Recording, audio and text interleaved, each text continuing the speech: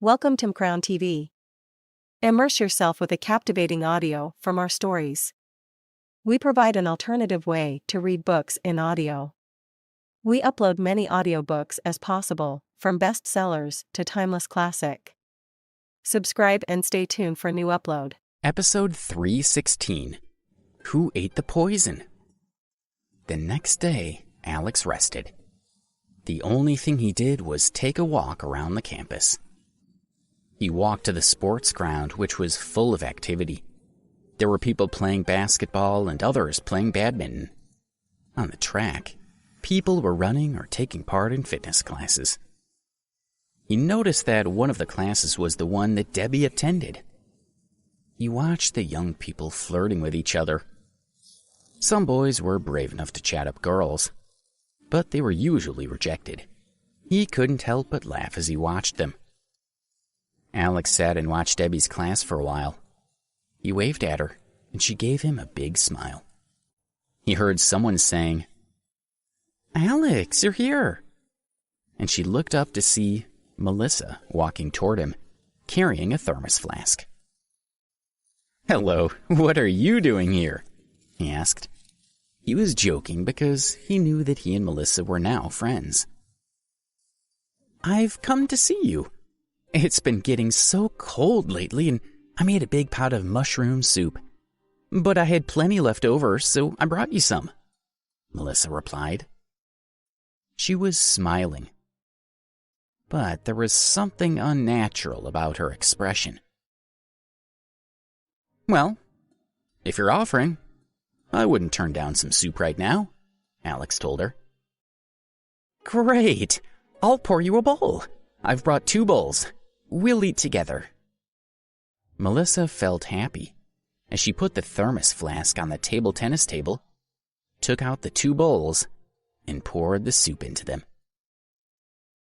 She secretly glanced at Alex and saw that he was looking at the sports ground and not paying her any attention. He didn't notice as she took the small bottle of poison out of her pocket and poured the contents into one of the bowls.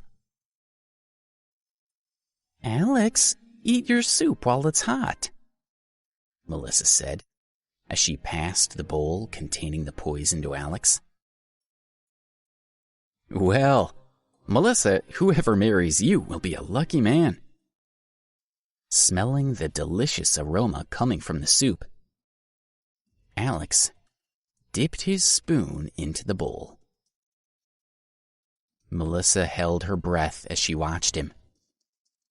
As long as Alex ate the poison, it would all soon be over. At that moment, there was a commotion on the sports ground. Alex looked up and saw that Debbie had fallen over while she was running. He put down his bowl and ran over to her immediately. Melissa watched him and thought to herself bitterly, "Unbelievable! Debbie just had to fall right at that moment. It's almost as if she did it on purpose." Then she remembered that she was supposed to be pretending to be good friends with Alex and Debbie, so she should be concerned that Debbie fell. She thought she had better go over and see if she was all right. She carefully placed her bowl of soup on the table and ran over to them. "Are you okay?" Alex asked Debbie, who had been helped up by Celeste and Celine. "I'm okay. I wasn't looking where I was going, so I tripped and fell down," Debbie said. She was so embarrassed. "Come and sit down with me for a while." Alex frowned and looked at Debbie. He was very worried. Melissa ran up to them with a concerned expression. She said, "Debbie, are you all right? Do you want me to take you to the hospital?"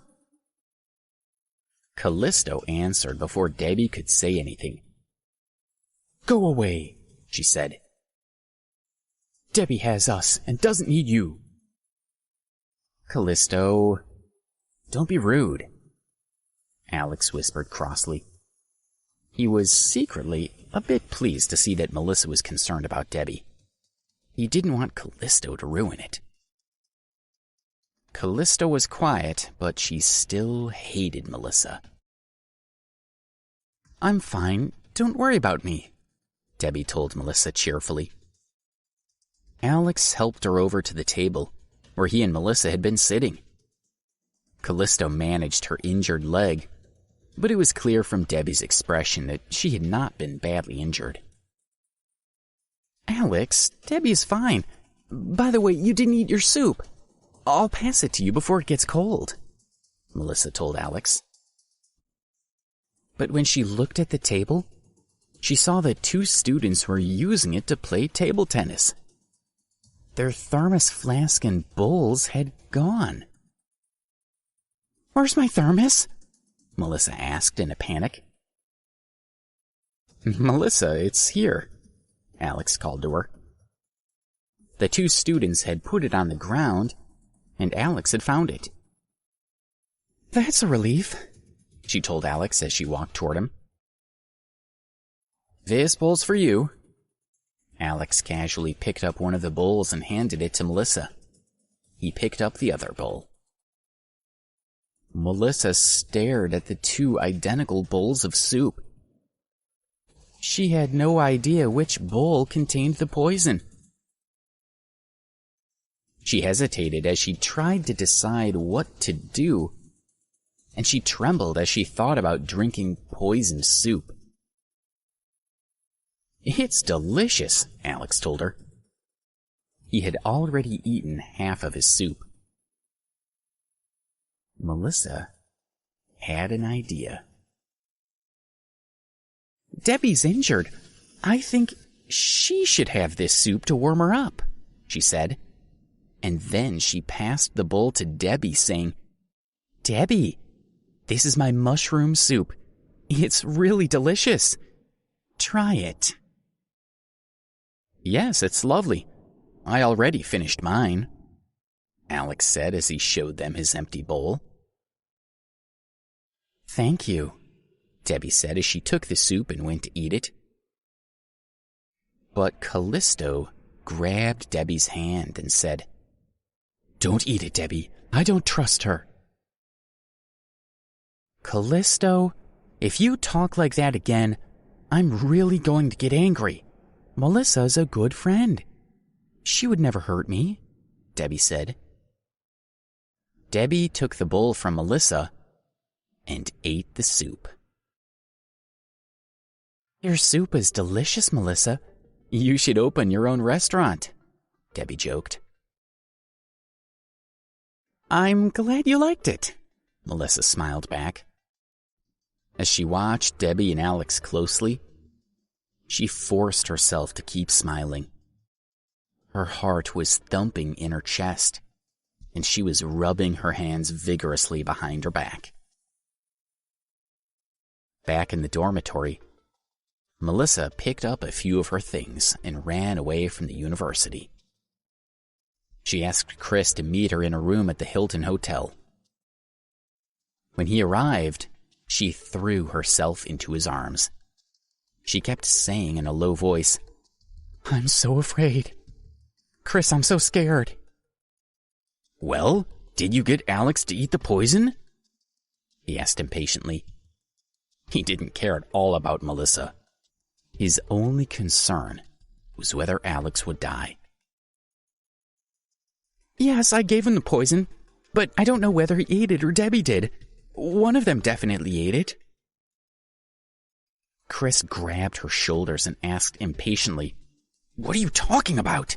Did Alex take the poison or not?" His face was stern and frightening. "Maybe he ate it, or maybe his girlfriend did. Chris, even if his girlfriend ate it, that's nearly as good as him eating it himself. From what I know about him, if his girlfriend died, he wouldn't want to keep living." Melissa was frightened by Chris's hostile expression and tried to calm herself down. Episode 317, Black Poison Water. Is that true? Is his girlfriend really that important to him? Chris stared at Melissa in wonder. He had never known a man to be so infatuated. He certainly never cared that much about the girls he spent time with. I'm not lying. Did you hear this story of the rich young guy in New York who offended one of the gang's leaders because they insulted his girlfriend? When the gang killed his girlfriend, he tracked them down and was determined to avenge her. In the end, they shot and killed him. Well, Alex is just like that guy, Melissa said. Although Ken had tried to suppress it, everyone was still talking about how a rich guy at Preston University had stood up to a local gang. However, none of them, including Melissa, knew that the rich guy was Alex. Okay, I believe you, Chris said. Chris, after Alex's death, we'll get married immediately and go abroad for a few months on our honeymoon. I want to forget all about this matter, Melissa said, looking at Chris earnestly. That's easy to say now, but I need to know that Alex is dead before I can relax, Chris murmured. He was lost in his thoughts. Later that night, Debbie started to feel uncomfortable. She was lying in bed when her head started to ache. She felt dizzy and confused. The Moon Girls assumed that she was just tired, so didn't mention anything to Alex. It was not until the next day, when Debbie's condition became a lot worse, that they realized something was seriously wrong and informed Alex. They rushed her to the hospital. After her examination, Alex grabbed the doctor's arm and asked anxiously, "How is she, doctor?" She has ingested some very potent poison. We have detected 10 different natural toxins in her system. At present, her condition doesn't look good. Once we've reviewed these results further, I can give you more information. But we can't do any more for her at this time, the doctor replied. He thought that Alex was a security guard and that the patient was just an ordinary student. He doubted that they had insurance or could afford to pay for such treatment. Even if they could afford to pay, there wasn't much that could be done for the patient. Her prognosis was very poor. Alex's mind was in turmoil as he asked, "What do you mean you can't do anything for her? Do you need more money, doctor? I have money. Is 100 million enough?" "Please, calm down, sir. Her prognosis is very poor, and there's nothing you or I can do about that." The doctor thought that Alex wasn't thinking straight. He was saying anything out of desperation. How could a security guard afford to pay the hospital $100 million? Alex took Debbie to several different hospitals in Baltimore, but they all said there was nothing they could do. Finally, they tried the Union Medical College.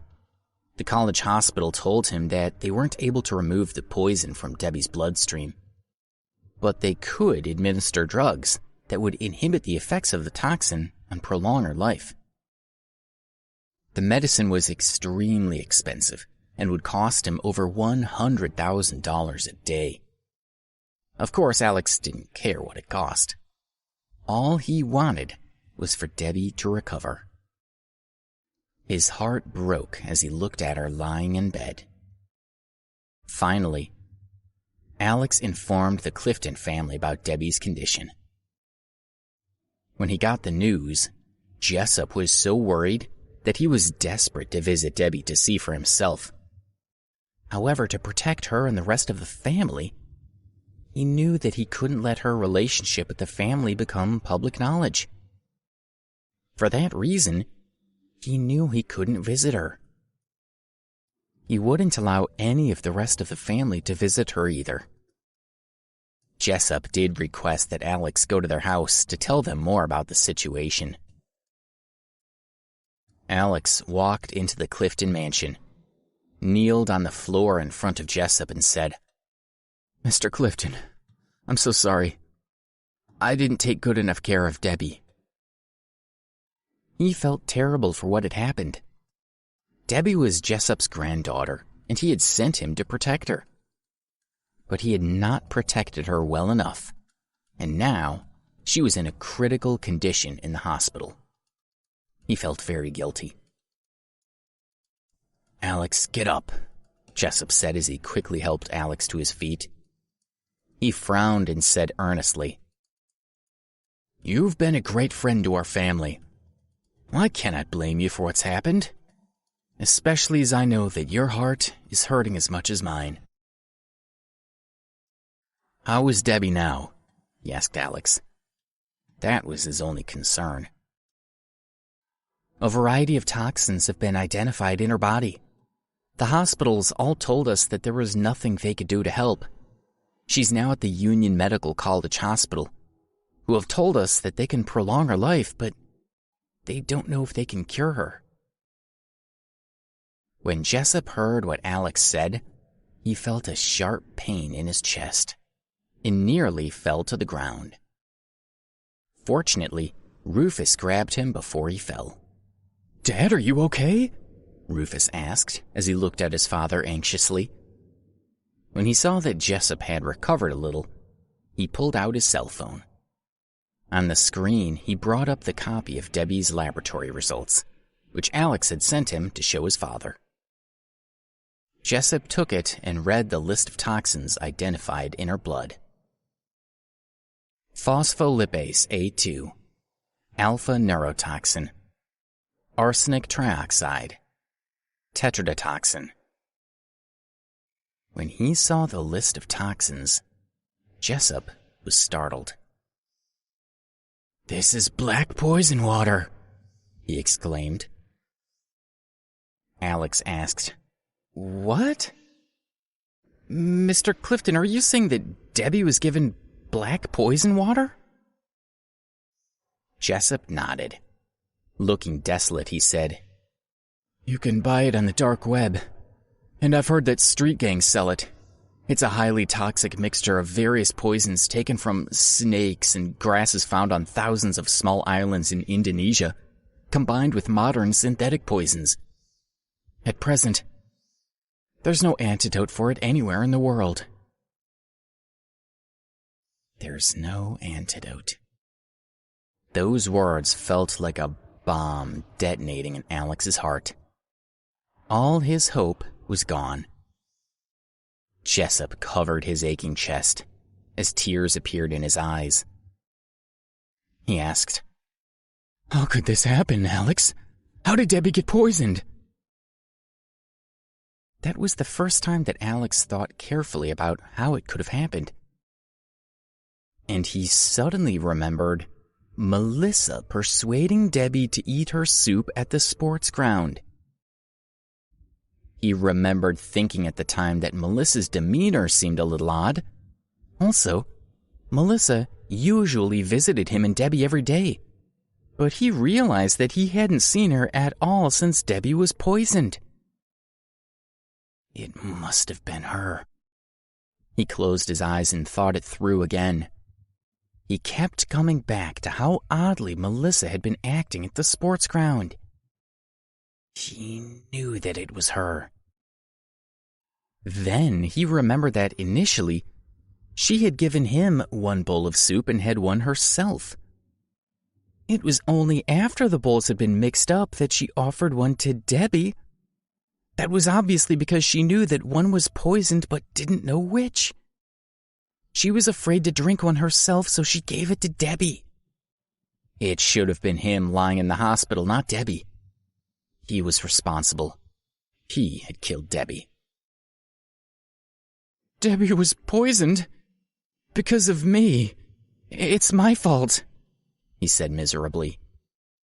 He was full of remorse, but also wanted to get revenge on Melissa. After leaving the Clifton mansion, Alex returned to the hospital. On the way, he tried to call Melissa several times, but she didn't answer the phone. That confirmed his suspicions. When he arrived back at the hospital, the four Moon Girls quickly pulled him into Debbie's ward. Luna said excitedly, "Mr. Alex, Debbie's woken up and she wants to see you." "Alex?" Debbie whispered as he walked in. She was still lying in the hospital bed. She was very pale. Her eyes were almost closed, and her voice was weak. These were common symptoms of digesting black poison water. With the gradual invasion of the toxin, the poisoned person would quickly become weak. Eventually, they would experience a very painful death. Episode 318, To the Moon Palace. "I feel dizzy and have no strength. What's wrong with me?" Debbie asked weakly. She couldn't work out why she was feeling so awful. When he looked at how haggard and pale Debbie looked, Alex's heart ached. "It's okay," Alex told her as he sat by her bed and took her hand. He decided not to tell her the whole truth about the poison. He wanted her to try to keep up her strength for as long as possible. "The doctor said that you just have a bad infection. You need to stay in the hospital for a couple more days. But you'll be feeling better soon." "Okay, that's good." Debbie gave a small smile and said, "Maybe Melissa will bring me some more soup later. I'm sure that will help me regain my strength and recover." When he heard that Debbie still thought of Melissa as a friend, Alex felt frustrated, but he couldn't tell her the truth while she was so ill. The 4 Moon Girls were also very angry, but they were under strict instructions from Alex to not say anything to upset Debbie. "I'm tired and I need to sleep for a while," she said, as she slowly closed her eyes and drifted off to sleep. "Mr. Alex, we think it was Melissa who poisoned Debbie," Callisto told Alex. "That's right. Debbie drank the soup that Melissa gave her, and straight after that she started to feel ill. And yesterday, Melissa disappeared," agreed Celine. The Moon Girls all told Alex their suspicions about Melissa. "I know," Alex nodded his head. "Then the 4 of us will go and kill her now to avenge Debbie," Celeste said. The other 3 women nodded in agreement. "She's already run away and now she's hiding. Baltimore is so big. How am I going to find her?" Alex said despairingly. He continued, "My top priority now is to help Debbie recover. Her body is full of a very powerful poison. I want to find the best doctor in the world to treat her." Alex still had a glimmer of hope in his heart. Although Jessup had said that there was no antidote to black poison water, he refused to believe it. Even if there was a 1% chance of success, Alex would try it. "Mr. Alex, why don't we take Debbie to the Moon Palace? I think there's a certain flower, a special orchid that grows in the mountains near the palace that might help her," Celeste suggested. She had told him that, while he had been gone, the 4 of them had discussed it and agreed that it might work. "This orchid, do you really think it might work?" Alex's spirits lifted a little as he looked at Celeste. "Jasper told us that the orchid has a detoxification effect on the body. She was once injured in a fight, and she used this orchid to cure her infection when the doctors couldn't do anything. She said it worked really well. And she said that a particular kind of this orchid is over 1,000 years old, and it can bring back the dead, and they'll be reborn. I'm certain we can cure Debbie if we can find a special orchid that's 1,000 years old." 1,000-year-old orchid, Alex murmured. He looked at Debbie asleep in the bed. She was too weak to say anything, so he would have to decide for her. He made his decision and said to the 4 women, "Okay, we'll go to the Moon Palace." "Wonderful, Mr. Alex. We'll buy the plane tickets now," Celeste said, as she took out her cell phone and began searching online for plane tickets. She bought 6 tickets to fly out at 9 o'clock the following morning. Alex bought some drugs for Debbie to inhibit the spread of the poison. Of course, the Clifton family had secretly given him the money for them. Then he called Jessup and informed him that he wanted to take Debbie to the Moon Palace. Jessup knew that the doctors had no antidotes against black poison water. Since Alex said that the 1,000-year-old orchid could save Debbie's life, he agreed that they should try. Although he hadn't been involved in her life until relatively recently, he loved her dearly, and the thought of losing her was devastating. The next morning, Alex arrived at Baltimore Airport with Debbie and the 4 girls. They wanted to keep the severity of her condition secret from Debbie.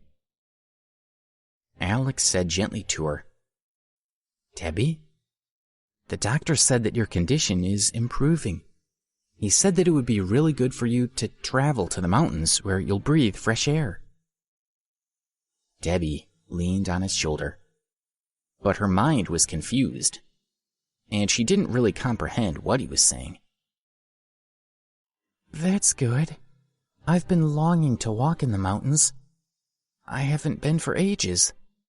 I'd love to go," Debbie said softly with a smile. Debbie looked so fragile that the 4 girls were concerned that she might not survive the flight. Not long after they reached the airport, there was an announcement that their flight was boarding. "Let's go," Alex said, as he supported Debbie toward the boarding gate with the 4 girls following behind. Once their flight had taken off, a man stepped out from behind a pillar in the departure lounge of the airport. He was being paid by Chris to carry out surveillance on Alex. He called his boss's phone. "Chris, they just took off. The girl looked terrible. I think it'll be over soon." "How's Alex doing?" Chris asked. "Ever since he found out that the girl's dying, he's been inconsolable. Several times I've seen him secretly crying when he thought no one could see him. Yesterday he went to the Clifton house, but I don't know exactly what was discussed there." "Well done," Chris replied and ended the call. He was in the Hilton Hotel where he had reserved a room for Melissa to hide in. She was sitting beside him and had heard his conversation. "Chris, I'm right. If his girlfriend dies, Alex will never recover. I am certain that he'll commit suicide because he'd rather die for love than live without her," she said wistfully.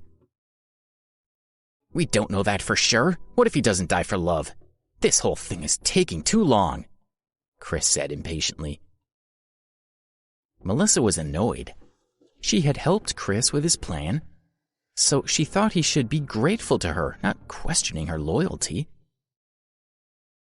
Chris suddenly thought of something and asked, "Hang on. You said Alex's girlfriend is called Debbie. Isn't the Clifton's daughter called Debbie?" He wondered if it was just a coincidence. "Chris, you can't think Debbie's from the Clifton family. It's impossible. I know all about her. She's from a very poor family. She was only able to enroll at university because she got financial aid," Melissa said quickly. She knew nothing about Debbie's history before she had arrived in D.C. "Are you sure?" Chris still had some doubts. "Chris, don't worry about it anymore. Let's plan our wedding. When will you take me to meet your father?" she asked expectantly. "What's the hurry? Let's wait until we know for sure that Alex is really dead," he replied. "Well, without Debbie, he'll definitely die of grief. Even if he doesn't die, he'll become so pitiful that he might as well be dead.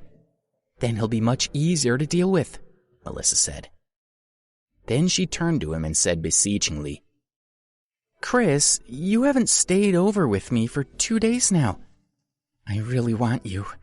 Please stay with me tonight." "I don't have time now. I have a lot of work to do. I need to go to the office. but I'll come and see you tomorrow." Chris pushed her hand away, stood up and walked out of the room without looking back. Melissa called after him, "Chris! Chris!" As she watched him walk out of the room, she smashed her fist on the bed.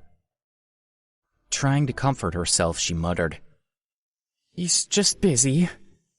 Next time he'll stay with me, and soon we'll be married." Episode 319, Trouble in the Mountains. As he stared at the white clouds out of the window, Alex felt very agitated. Fortunately, Debbie continued to sleep in his arms. Soon the plane landed at the airport in D.C. It was slightly cooler than when they had left Baltimore, and Alex wished he'd worn something warmer as he stepped off the plane. Debbie coughed violently. "Debbie, are you okay?" Alex was so nervous that he hugged her tightly, worried that her illness was getting worse again. "I'm okay. Don't worry about me," Debbie said softly, but her face was so pale that he couldn't help worrying about her. Alex and Debbie went to a restaurant and ordered dinner, while Celeste went and rented an RV for them all. As soon as she had eaten, Debbie vomited all of the food back up. Then her neck tilted back and she passed out. "Debbie? Debbie?" Alex cried. Flustered, he quickly pulled out the medicine that he had bought at the hospital and poured some into her mouth. "Debbie, please be okay," he said with tears in his eyes. "Celeste, we're going straight to the Moon Palace now." Alex feared that if they delayed any more, Debbie might not survive. "Yes, of course," Celeste replied. "We must hurry." Alex carried Debbie to the RV, and Callisto, Celine, and Luna sat with her to take care of her during the journey. Celeste sat in the passenger seat so that she could give Alex directions. They drove directly to the Moon Palace, which was located deep in the Appalachian Mountains. Very few people ever went near there except a few mountaineering enthusiasts and explorers. Fortunately, despite being remote, there was a good infrastructure in place, and the Moon Palace had access to modern conveniences such as electricity, good road access, and the internet. Under a splattering of light snow, Alex drove slowly through the mountains. The scenery was breathtaking. The lonely roads seemed to disappear into the distance, surrounded on each side by majestic mountains. "Mr. Alex, after the death of the old master, I haven't yet told the other moon maidens that you've taken over. They will want to hold a ceremony to make you the new lord," said Callisto. "None of that matters right now. I just want Debbie to recover," Alex replied. "Debbie's strong. She will get better," she told him. Then Callisto said, "I'll call my sisters now and ask them to send someone into the mountains to pick the special orchids for Debbie. When they arrive, they'll hold a ceremony to welcome you both." She took out her cell phone and called the Moon Palace.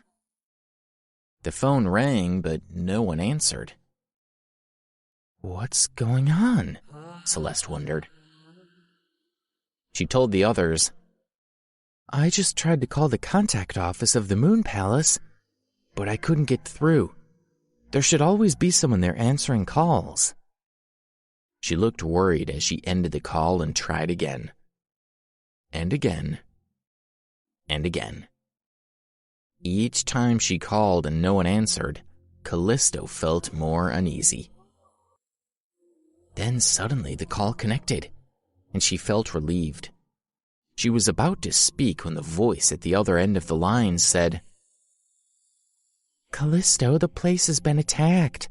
Because the Lord and the four of you have not been here for so long, 3 gangs got together and attacked us. We think the gangs are Blood Sacrifice, Ice Edge, and Falling Souls. They want to occupy our palace, and all of us moon girls are about to meet with them to discuss their demands." What? Do they all want to die? Tell them that anyone who dares to attack the Moon Palace will get their violence turned back on them tenfold, Callisto said angrily. Callisto, you're on your way back? That's wonderful news. Okay, I'll go and tell everyone now. When I tell the gangs you're on your way here, they might rethink their attack. The girl ended the call. What's going on? Alex asked. He could tell that there was something very wrong. Mr. Alex, because the old lord and the four of us have not been at the Moon Palace for several months, some of the gangs from D.C. took the opportunity to attack the palace. They want to occupy it. When I get there, I'll teach those gangsters a lesson, Callisto replied angrily. Which gangs? Alex asked. When he had first promised to protect the Moon Palace, he had no idea that gangs from the city would bother with it. He felt responsible for the safety of everyone there. There are more than 10 large gangs and 30 small ones that operate in this area. When the old lord was here, she was so powerful that no one ever dared to attack us. The gang leaders all knew that she was a stronger and more skillful warrior than any of them. But when they heard that the old lord is gone, they knew it was their chance to beat us. We need to get there to help. Alex frowned. He had only come to the palace to cure Debbie. But now it seemed that there was another problem to be dealt with. At that moment, Luna called out from the back of the RV. Mr. Alex, Debbie just vomited blood. Alex's heart started pounding in his chest. He needed to climb into the back to see Debbie. Callisto guessed his thoughts and said, Mr. Alex, you go. I'll drive. Alex stopped the vehicle and climbed into the back. Callisto slid into the driver's seat and started driving. When Alex saw that there was a pool of blood on the floor of the vehicle, he ran to Debbie's side and saw that bright red blood was also splattered over her pale face. Where's the medicine? Give her the medicine, he shouted. Mr. Alex, we've already given her the medicine, Celeste told him. It was clear that the medicine was no longer helping. Alex, Debbie cried weakly. I know that you're lying to me. I know I'm dying. I'm so happy that you're taking me to the Moon Palace, but I think I might not last. No! Alex interrupted her with tears in his eyes. He said, Debbie, listen to me. I will cure you. Celeste said that they'll collect special orchids from the Appalachian Mountains around the Moon Palace. If you eat them, you'll get better. Believe me. Alex. Debbie struggled for breath. Then her eyes rolled back and she fainted. Debbie! Debbie! Alex exclaimed. After checking that she was still breathing, he asked Celeste and Celine to hold her as she lay on the bed. He sat down next to her. Debbie, you won't die. We haven't had enough time together. You can't leave me now. I won't let you. As he spoke, he put his hands on Debbie's back and tried to transfer all of his internal power into Debbie's body. Episode 320, The Gangsters. Alex had only one thought going through his head. Debbie can't die. If she died, his world would collapse. Therefore, he conveyed his internal power to Debbie without hesitation. In essence, he was giving his life to her. With the input of Alex's internal power, Debbie's face gradually gained some color, and she started to look healthier. But he knew that it was only a temporary cure. To cure her permanently, they had to find a way to detoxify her body completely. Mr. Alex, it's worked. Debbie's breathing has already stabilized, Celeste said happily. But Alex was exhausted. He couldn't physically continue transferring his internal power to her. As he slowly lowered his hand, his body was so weak that he collapsed. Fortunately, Luna was supporting him, or he would have fallen to the ground. "Mr. Alex, you must lie down and have a rest." Celeste helped Alex onto the bed next to Debbie so that they could lie together. He relaxed a little when he saw how much better Debbie looked. He had just used so much physical strength that he quickly fell into a deep sleep. Celeste received a call from the Moon Palace. "Celeste, will you be here soon? The gang leader said that they're not afraid of the new lord. They also said that he'll get here just in time for them to capture him and make him their servant." "What? These scumbags certainly think a lot of themselves. Don't fight with them. Just keep them safe, and when we get there with the new lord, we'll deal with them together," Celeste said angrily. "Yes, but there are more and more of them. I'm worried that they'll take control of the palace before you arrive." "Just keep everyone safe. We'll be there soon, and then they'll all die," Celeste ordered. She turned to the others in the RV and told them, "The situation at the Moon Palace is very dangerous." "Will Mr. Alex be able to help us?" Celine asked. Celeste didn't answer. She glanced at Alex and thought, "He's just used so much of his strength. Will he even have enough energy to help us fight the gangs and save the Moon Palace?" Callisto continued to drive as fast as she could toward the Moon Palace. There were almost no other vehicles on the road, and it was slowly getting dark. As the temperature dropped a few degrees, the tops of the peaks gradually became white with fresh snow. After several hours, Callisto parked the RV in a lane. Light snow and a gentle breeze surrounded her as she stepped down from the driver's seat. "Mr. Alex," Luna gently patted Alex's face, and he slowly woke up. "Are we here?" he asked. "Well, we still have a long way to go to get to the Moon Palace, but we can't drive the rest of the way in the RV," Celeste replied. She looked at him and asked with concern, "Do you have the strength to walk there?" "Yes, let's go." Alex stood up. Although his body was weak, his will was strong. His deep sleep had helped him recover a little of his strength. He needed to get to the Moon Palace. He picked up Debbie and turned to carry her out of the RV. "Mr. Alex, hang on. Put this warm coat on Debbie," Celeste said as she handed him a padded coat. "It's very cold in the mountains. We'll warm up as we walk, but Debbie won't be moving, and we don't want her to get cold. Put this on her."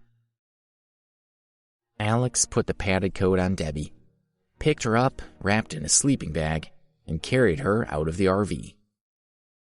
The temperature outside was very cold.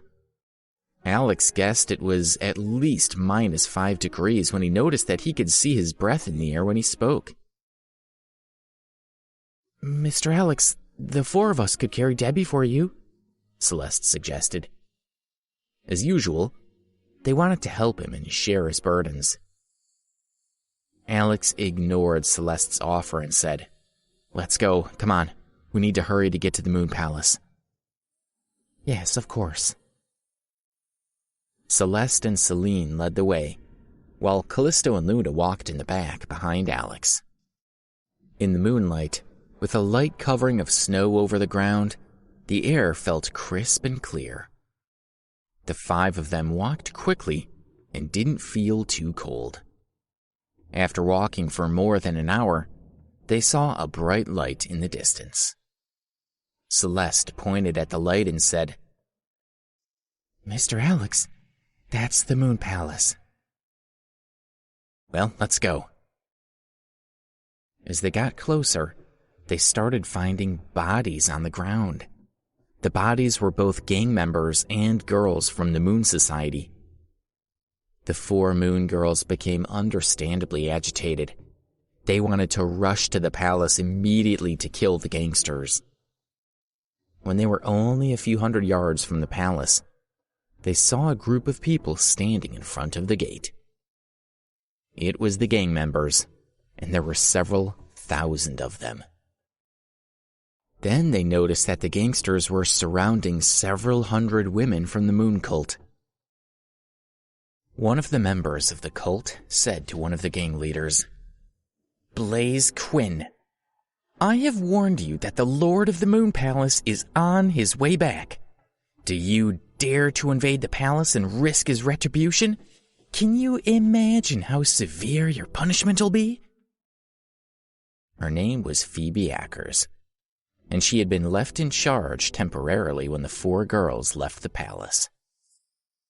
A fierce-looking middle-aged man standing in front of her said patronizingly, "Phoebe, yes, you said that a few hours ago, and I've already given you my answer. Since you seem to have a bad memory, I'll answer you again." He was Blaze Quinn, and he was the leader of Blood Sacrifice, the largest of the 3 invading gangs. He was known to be ruthless and powerful.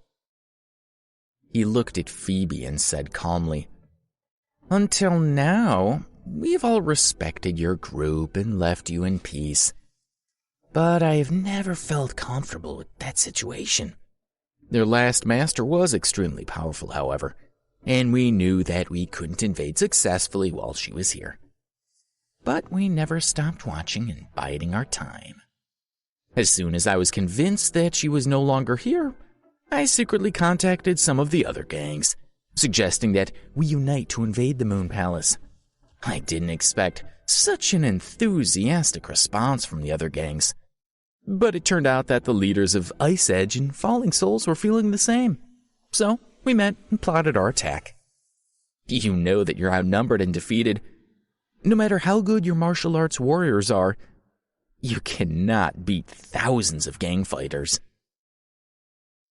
Then, he looked at the other gang leaders and asked, "Do you agree?" In unison, the other leaders responded, "Yes."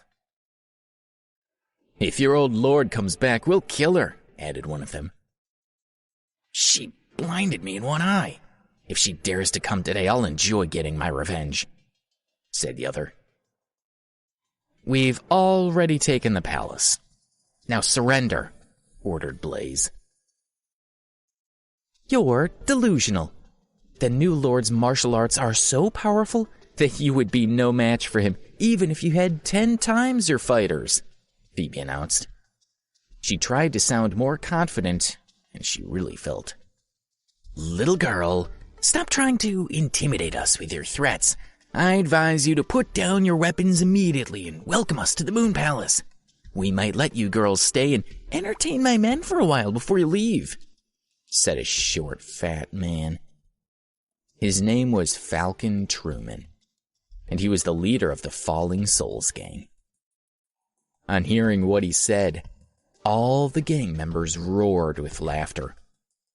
"Yes, if you please us tonight, we'll let you go tomorrow," yelled another gang leader. "I heard that the beds in the Moon Palace are huge and luxurious," another man said excitedly. "But there are only around 700 women in the Moon Palace, and there are thousands of us. We're going to have to share. 3 or 4 men each girl, but that's okay," said another gangster. "The women at the Moon Palace are all beautiful and supple. It's going to be awesome," said another. Thank you for listening to Crown TV. Please don't forget to subscribe, share and turn on the notification button.